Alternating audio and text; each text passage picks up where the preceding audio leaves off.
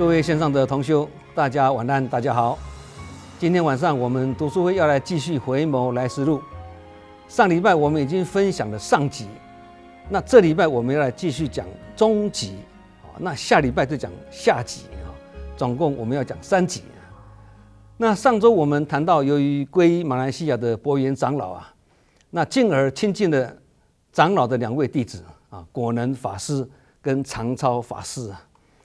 那这2位法师也是我跟我家师姐的贵人其实1988年去马来西亚设厂之前，在台湾我跟我家师姐是完全不认识慈济的，也不认识证严上人只是辗转听过证严上人开示的录音带但却不知道开示的法师是证严法师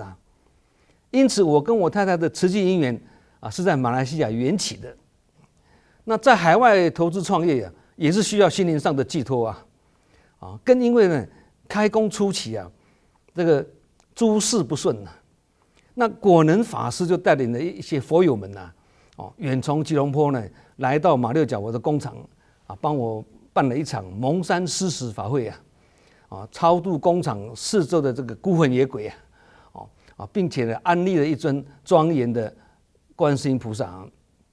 那从此以后呢心灵上就比较安定有所依附了那一般人都是说创业维艰，守成不易嘛。然而我的体会是，创业不易，结业维艰结业比创业还难尤其要急流勇退检讨旧收这个更是要有大因缘老实讲其实这个也是要大勇气跟大智慧啦。那1992年呢，我家师姐先投入隔年的1993年呢，我开始跟进那这是因为要帮我家师姐整理访评个案的那个活动相片跟档案帮她做这些事情。那早期的相片跟录影带跟文字记载呢，也都是我一手包办的因为没有人会做只好我帮他们做因为我在念大学的时候呢，有去学摄影所以我也很会拍照跟录影那陪他们去访视的时候，虽然负责拍照跟录影但是在现场的那种情境下心里多少也是会受到很大的震撼那些不幸的家庭跟苦难的人生是我在未投入慈济之前是没有见识过的。那也才意识到说，并不是每个人都跟我们一样过着幸福快乐的日子那个时候呢，除了见识各式各样的苦难个案之外呢，也处理一些特殊的个案例如海上浮尸没有人认领那州政府的中央医院呢都找慈济帮忙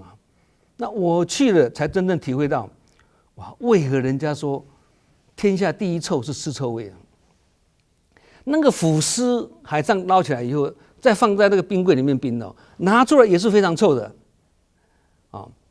那处理过后呢，连续1个礼拜呢，我的鼻子里面常常是这个尸臭味呢，挥之不去你看有多臭另外呢，也去处理往生的流浪汉的后事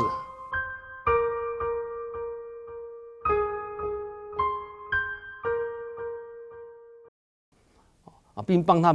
帮他土葬也去处理一些马六甲海峡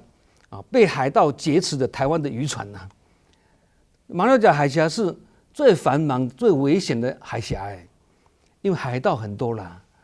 而这些海盗呢都是马来西亚籍或者印尼籍的。那有一次呢，一艘满载渔获的台湾渔船在经过马六甲海峡时呢，被马来西亚籍的一群海盗夹持那一般被海盗夹持的这个商船或渔船呢，海盗是不留活口的当这些海盗在搜索这个船的时候呢，在这个船长室的这个有个柜子上面呢，看到一个证严上人的福慧红包因为这艘船的这个船长呢，他曾经在高雄的慈济的岁末祝福典礼中领过证严上人的福慧红包也刚好进到这个船长室的这个海盗的头子对马来西亚的慈济也耳有所闻而认定说领到这个红包的人也是好人只是这样子而已哦，就这样哦，因为这个红包而让海盗们呢截获之后呢，放过整艘船的人呐，所以才说啊，不要小看任何因缘呐，怎么会知道说只是参加一个岁末祝福啊，领了一个正言上人的红包啊，不但救了自己一命啊，还救了整条船的人命啊，实在是不可思议啊！哦，那这个是船长逃过一劫之后回来台湾的亲口分享的啊。那除了以上这些事情之外呢，定期到马六甲的老人院帮老人洗澡啦、喂食啦、洗床单啦、打扫环境等等呢。因为这些床单呢数量很多，而且都很大件嘛，现场我们不方便洗啊，所以都是拿回我们的工厂啊洗比较快。因为我们工厂有那种我们的制衣厂有大型的那种洗衣机啊。此外呢，我们到吉隆坡的残智障院帮那些院童啊。洗澡啦、洗床单一样，理发啦、擦头虱药等等的，因为几乎每一个院童都长头虱啊，所以帮他们理发的时候呢，那志工们都要穿的防护衣啊，那也因为残智障院呢，这个孩童跟大人们呢，都是发育不全而肌肉萎缩的哦，所以帮他们在洗澡的时候，不是用抱的哦，而是用捧的哦，因为也怕一小心骨头折断了啊！其实抱也不好抱各位看看这些相片非常震撼的啊！不过这是20-30年前的事情了，现在这些老人院跟慈障院的管理啊，以及环境设备啊，都大大的进步了。每个国家都在进步嘛。那现在志工去做这些服务工作就没有像以前我们有那么多福林可以做的啦所以。可以做就要赶快做，做到就是赚到这些慈济志工这些工作啦，都是从1992年就开始做的。那1993年呢，当我积极投入的时候呢，我家师姐希望我更上一层楼啊，那期许我能够带马来西亚的志工们回来台湾呢，尽师尽社寻根去深入了解慈济那来回大概需要10天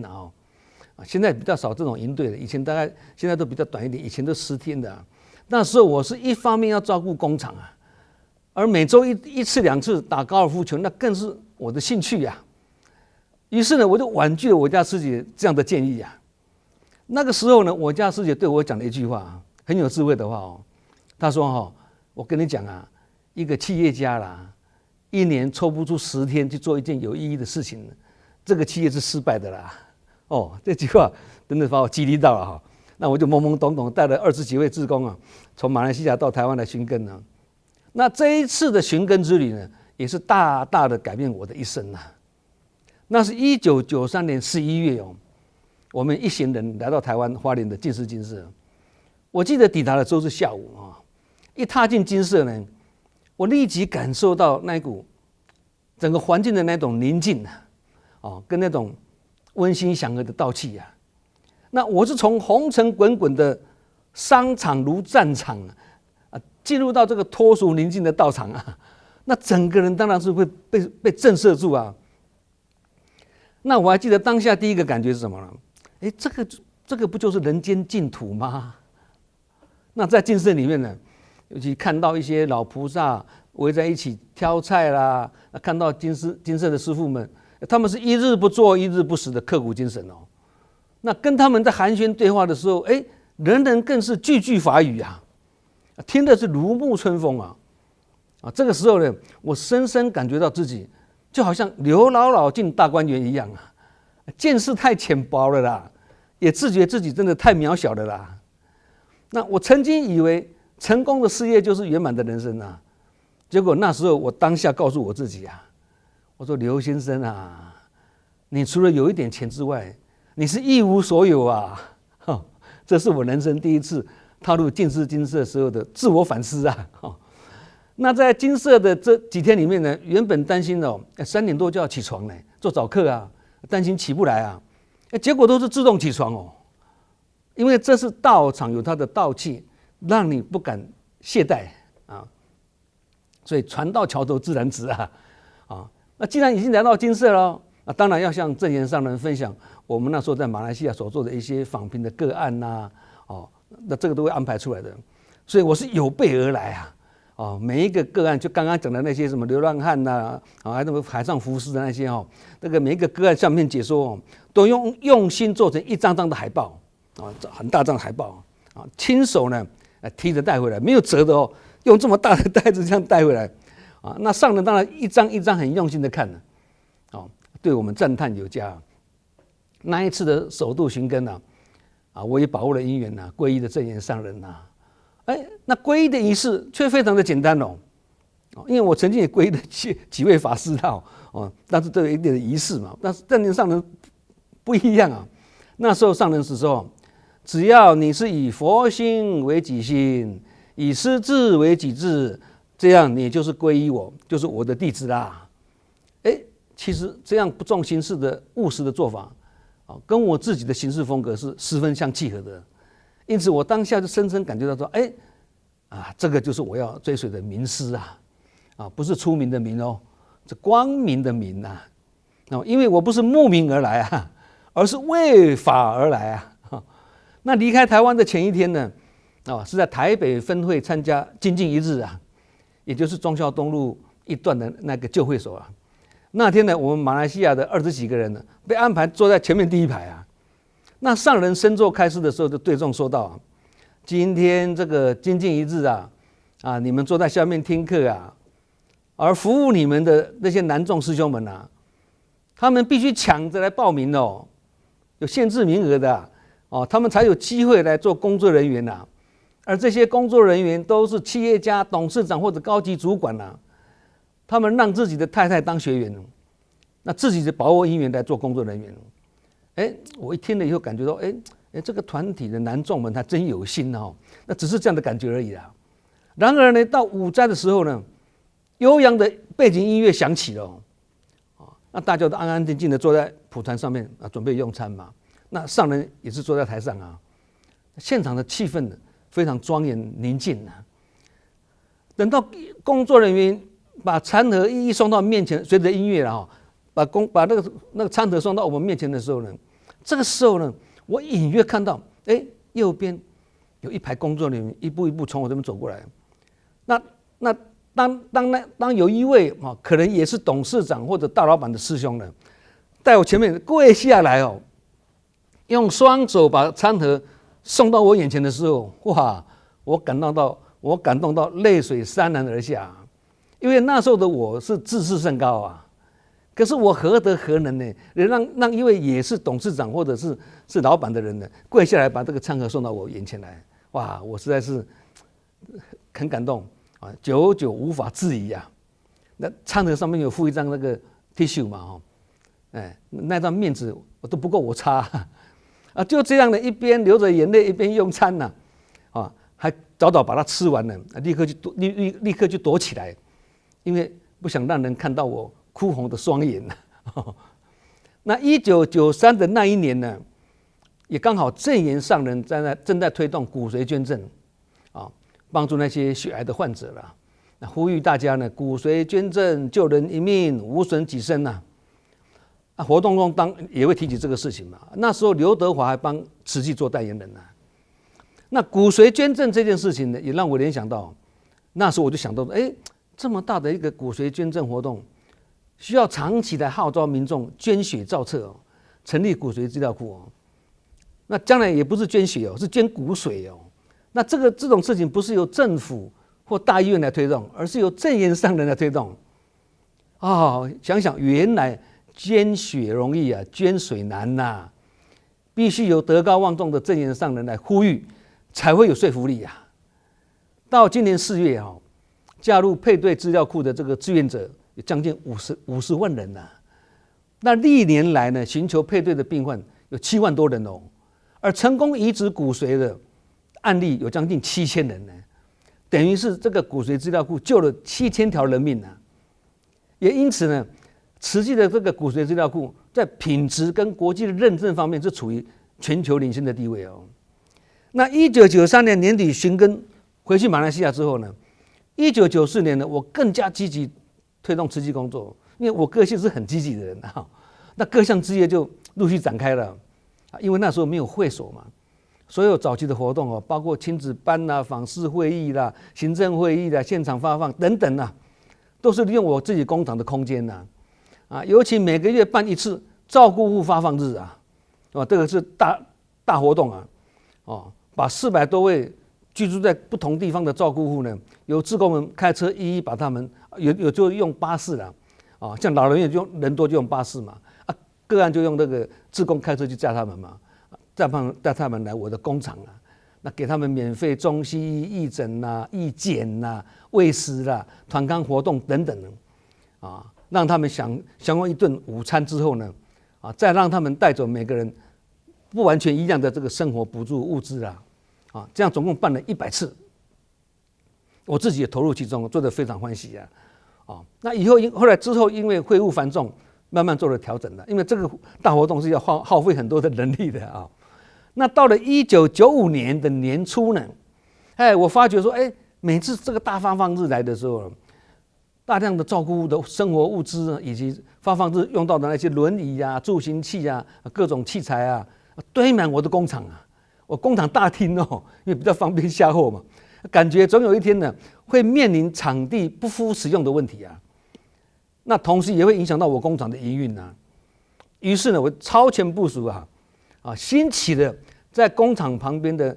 盖金丝塘的念头，因为我的厂房旁边临近大马路十字路口了，地点更好还有一块差不多将近3000坪的土地可以用啦。那在上人的这个指引之下呢，我就积极进行此事了还记得最后一次呢，我把建图设计图送来给正言上人过目的时候，那个时候在台北分会我还记得。上人同意说这个图画得很好该改的也都改了那就照这个图去施工吧，就给我深深的祝福。突然间上人又问我一句话突然间上人问我说，那时候叫我刘居士，他说刘居士，你知道为什么师父让你盖金丝塘吗？问我这句话我就回答我说，师父，现在慈济都用我的工厂做活动现在是还好但可以预见不久的将来呢，会碰到场地不够用的问题所以现在必须提前做准备我讲完之后呢，上人以较重的语气回答我说，不是这样啦，不是这样啦，我是看你单纯啦，我是看你单纯啦。讲这句话那时候我就很纳闷了，那时候然后要盖金丝塘是因为空间不够才要盖这个跟我单纯不单纯有什么关系呢？这跟空间有关，跟念头有什么关系后来我才知道说，哎呀，全球没有人加入慈济不到3年就要盖金丝塘啦，更何况呢，佛法讲发心容易恒心难万一日后碰到什么挫折困难要打退堂鼓那这一间挂着慈济名字的金丝塘，那不是变成一个烫手山芋吗？更何况这间金丝塘是盖在我的工厂旁边的空地上面的，如果万一道心退转变成蚊子馆那真是情何以堪我是没有想到这些东西所以因此上人才说，看我单纯才让我盖这个金丝塘。那这一句看你单纯让我受用无穷直到现在我还是谨记在心因为呢，心宽念纯才会大事变小事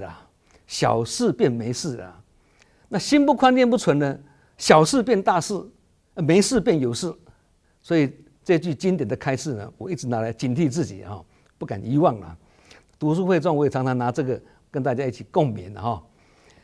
那1995年还有一件很重要的回顾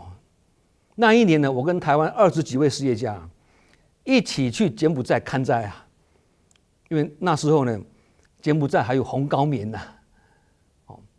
那他们大多聚集在西北部的马德旺省，从金边到马德旺省呢，大约300公里那个时候没有高速公路开车要到4-5个钟头不像现在有柏油路了那时候都是泥土路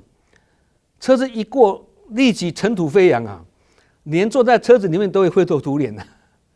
那时候呢，这个政府军跟红高棉经常内战很多被战火影响的地区，包括金边到港口的4号跟5号公路两旁呢，都是地雷，公路下去下面都是地雷。我们到金边的进医院去了解呢，里面很多完全是被地雷炸断手跟脚的这个年轻人呐，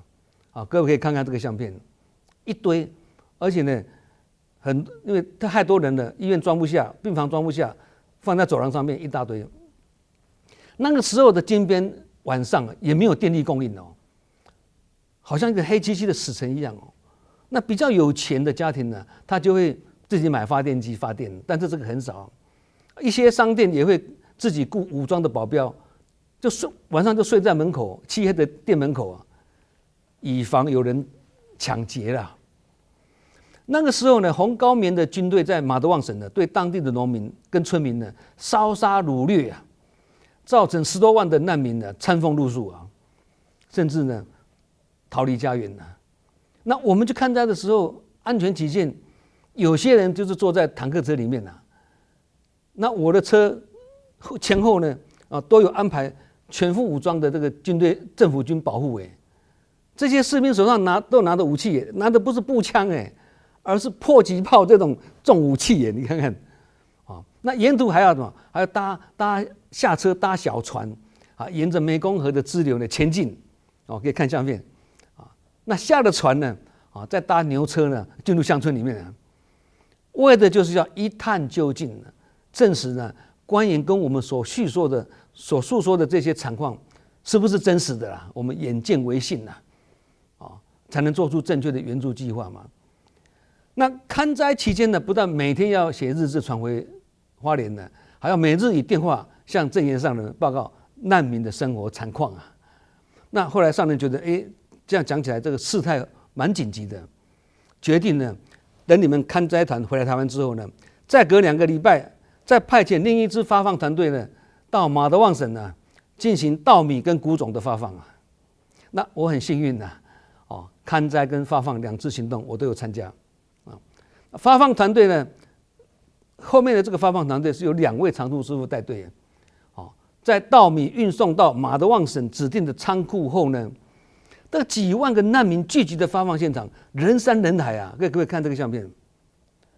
而发放现场跟储存大米的仓库也是由政府军荷枪实弹保护维持秩序因为那个难民太多了，一方面也要有效嚇阻这个反叛军呢来抢夺大米。当时台湾去的发放团队是在风声鹤唳中呢发放如今呢回首当年真的是往事历历我们也从中学习到正言上人面对这一种内战的敏感因素加上难民是成千上万的大型发放所展现的大无畏的人道精神跟悲智双运其实不做更安全不是吗？但是不是我们就是要闻声救苦这是上人的慈心悲怀了那这个是1995年现在我们再接回刚刚前面的马六甲金字塔的动土1996年我还记得很清楚，2月26号举行简单的动土典礼动土当天要10点开始8点的时候呢，天空下起倾盆大雨约莫半小时后雨停了，10点准时动土这个时候反而是晴空万里同时天空还出现彩虹这个是我工厂自1988年开工以来在工厂上方见到唯一一次的彩虹天生瑞相不可思议那天早上我开车在我家师姐要去参加动土典礼时，车子快到工厂的时候，看到这道彩虹，也这么凑巧，旁边刚好有一台傻瓜相机就这样顺手拿就拍下去，就这么简单。那各位看看这张相片，实在是不可思议好，那1997年5月呢，马来西亚的第一座金字塔掷地涌出同时也成立了慈济在海外的第一个影视组因为我有这个概念，必须拍照录影那时候虽然还没有完全了解慈济，但是我有这个 sense 那我就亲自教授这些志工摄影剪接构图建档等等的技术所以我可以说是马来西亚第一位人文真善美的志工那时候是说3合1的也就是说同一个新闻事件必须有录影、摄影、文稿啊，这叫3合1的。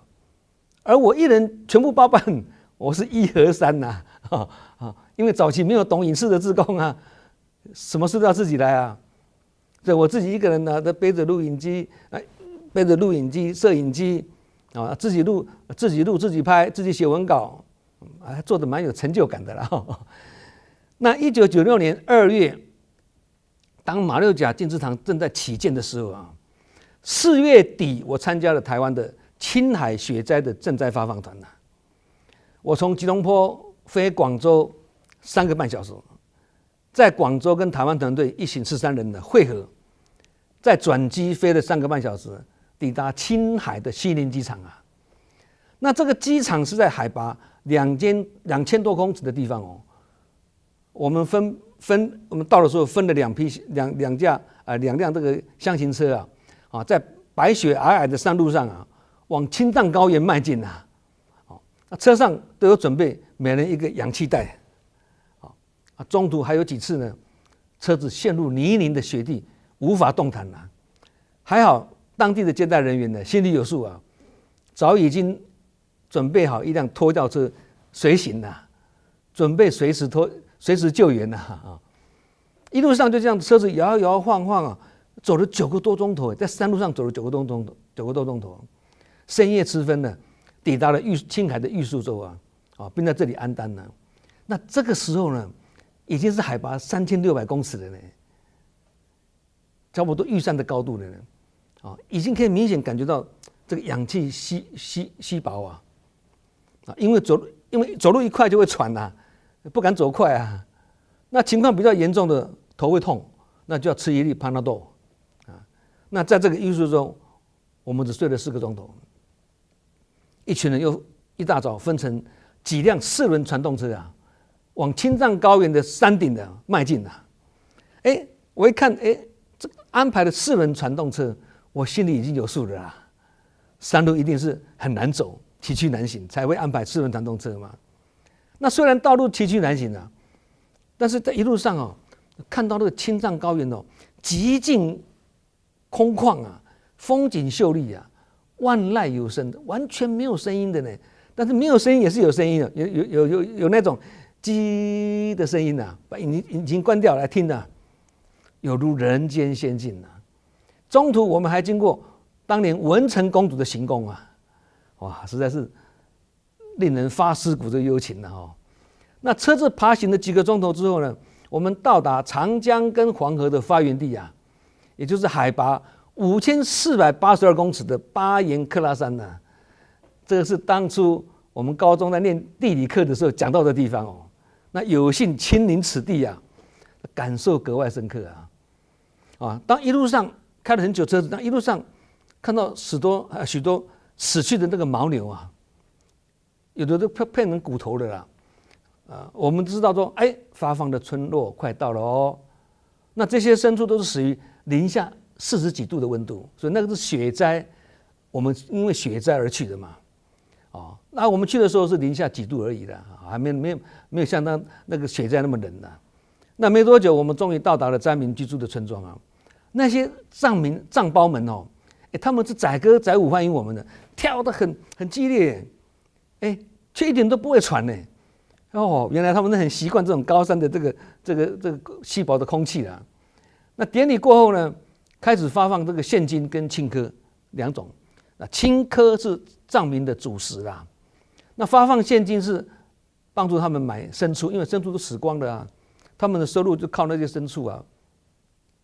那当我们在青藏高原行进间呢，沿途也会经过一些西藏的佛寺也看到很多善男信女呢，人人手中转着法轮呐。那更有一些人呢，很虔诚3步一跪啊，从山下跪到山上去，到那个寺庙那很多人都手上拿着那个法轮在转但是却无法转自己的命运其实这个是很值得我们深思的事情那最令人感动的是，我们这一团10多人的千里迢迢不分昼夜翻山越岭来到天寒地冻的青藏高原，只为传达正言上人对灾民们的一份人道关怀其实这样付诸行动，去闻声救苦，并从中见苦知福啊，才有可能转动自己的心轮呢，也才有可能转变命运呐。哦，尤其我们去的这些志工哦，都有自己的事业嘛，啊，因为大家都放下身边的工作，自费前往啊，不过当初有条件的啦，年纪不能超过45岁啦，啊，都要45岁以下的啦。所以当我们这6、7辆的4轮传动车啊，在青藏高原上爬上爬下的时候，不但几小时之后就要吃一粒那个止痛药啊，车上还要随时吸着氧气，带着氧气啊。那时候我的车子刚好在高原上是最后一辆啊，看着前方车子摇摇晃晃，左转右转，在狭窄崎岖的山路里面呢颠簸前进的时候呢，我速度感动到流下眼泪啊。若不是大智大仁跟大勇啊，有谁能这样去拥抱苍生啊？是吗？好，发放结束之后呢，省长为我们饯别啊，省长亲自来啊，他要送我们每人一件包装起来这么大盒哦，绣花的藏袍啊，很漂亮哦。但是碍于证言上人有教示啊，救灾是付出无所求，不能接受任何的馈赠品啊，因此我们只能象征性的带回一件作为我们青海赈灾的纪念这是1996年那1999年大家都知道嘛，台湾有921大地震嘛，对，隔2年，也就是2001年1月26日印度西北部的古查拉迪省也发生瑞士规模7.9的强震，这场地震造成2万多人的罹难数十万人呢无家可归了。地震发生后呢，慈济也派遣勘灾小组前往我那时候刚好在马来西亚跟台湾团队一行的只有4个人小型的勘灾团到印度去勘灾因为灾区的饭店都倒塌了嘛，晚上我们就把帐篷呢直接搭在这个灾区的土地上帐篷下面就是泥土而且好几天没有洗澡，因为没有水没有电还好那时候的气候干燥这种经验也是生平第一次那由于这个赈灾计划是跟法国的关怀基金会英文叫做 Care France